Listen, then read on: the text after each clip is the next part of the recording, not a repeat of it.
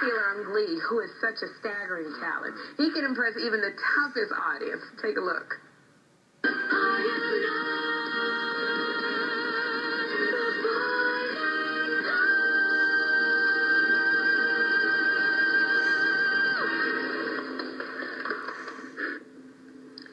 You know, Hugh Jackman won a Tony Award for playing Peter Allen. Hugh trained with me this summer. I was in residence at the Sydney Opera House, and I'm certain that he would have been as impressed with what you did with that song as I am. Please welcome Chris Colfer.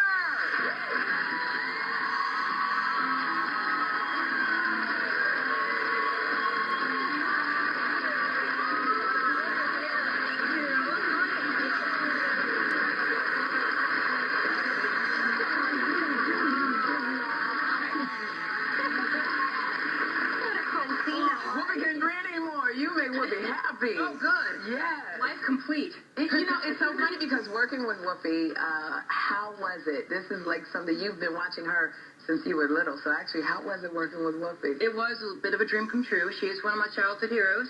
Yeah. I was obsessed with Sister Act, as you know. Yes. And I used Maybe to... you could be in it. Maybe could, yeah. Yeah, once Raven's gone, I can go. yeah. I know that. But yeah, no, I was obsessed with Sister Act, and I used to put towels over my head and sing along with her. Really? Yeah. So no cartoons, no No, it was all Whoopi. Yeah, Whoopi. When I said Whoopi, Scary, ain't it? So you did saw that clip, but Kurt, Rachel and Finn graduated from high school, and everyone was worried that you wouldn't come back. You guys were gone, but you're definitely coming back. Yes, what can we definitely coming back. expect? I don't know. I haven't got my first script yet, so we will see. I'm anxious to get my hands on that. You know, this past season, your character and your boyfriend, who was played by Darren Criss, you've kissed, we've seen you kiss, but you had sex. I mean, we all knew you had sex for the first time. We even discussed this as a hot dog. Oh, you're taking a look at it. Okay. Some people thought, wasn't this wonderful and frank and open? Other people thought, hey, no, you know, kids are watching this, and they shouldn't be seeing this. What do you say to those people? Well, kids know high schoolers are having sex in high school. That's not a secret. That's been open for a while. It was the fact that it was...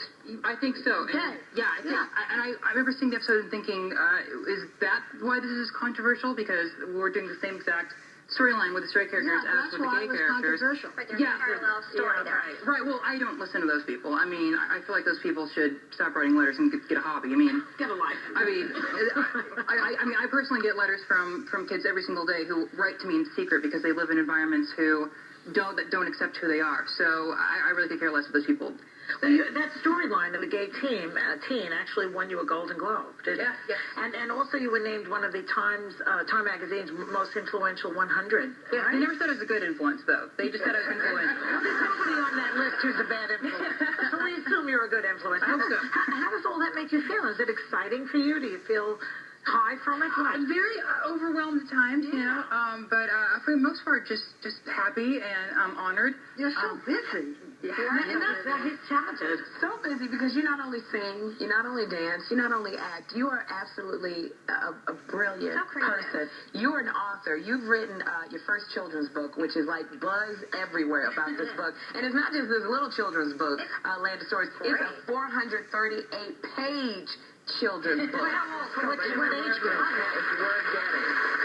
Let me tell you what the title of the book is. It's called The Land of Stories, The Wishing Spell. What age group? Yeah. I would say it's targeted to kids 8 to 12, but I really think anyone of any age who likes magic and likes fairy tales will love it. But you've had this story in your mind for a while, right? Didn't you start when you were 10? Yes, when I was 10, I was obsessed with fairy tales, and my mom used to read them to me every night, and I always had these crazy questions for her, like who's the man in the mirror, Mom? Why is the evil queen evil? Why does she hate that Snow White so much? So you wrote this in your spare time? Spare time, yeah, for the most part, yeah. Didn't you also write a film, my dear, that's struck by lightning? I did write a movie that's coming out in December, and it's called Struck by Lightning, coming out in December, which I also wrote, and I was in it with Polly Bergen, and Polly Bergen just called me to tell you she says hello. Yeah, we're all friends. That's what she I'm said. very happy to hear. You've talked about the fact that when you were a kid in school that you were bullied all the time because you were gay. Well, that wasn't the only reason. Well, but it was a reason. Yeah?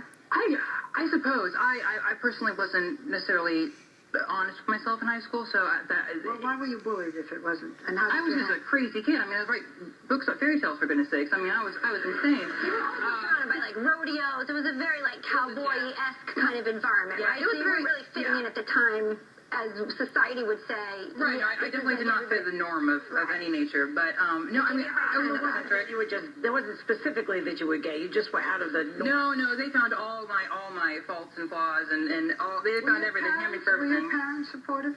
Yeah, they're always very supportive. But I mean, as a kid, you keep those struggles from them. You know, you don't go It's home. funny, and my tell cousin them. was bullied too. We just heard that, you know, Yeah. and you were. And we are exactly alike. So. To the kids, you either grow up to be me or Mike Tyson. Chris, we love you. Congratulations on everything, especially this book. Thank you. We want to thank Chris Colfer. Members of our audience are taking home a copy of Chris's new book. We'll be right back.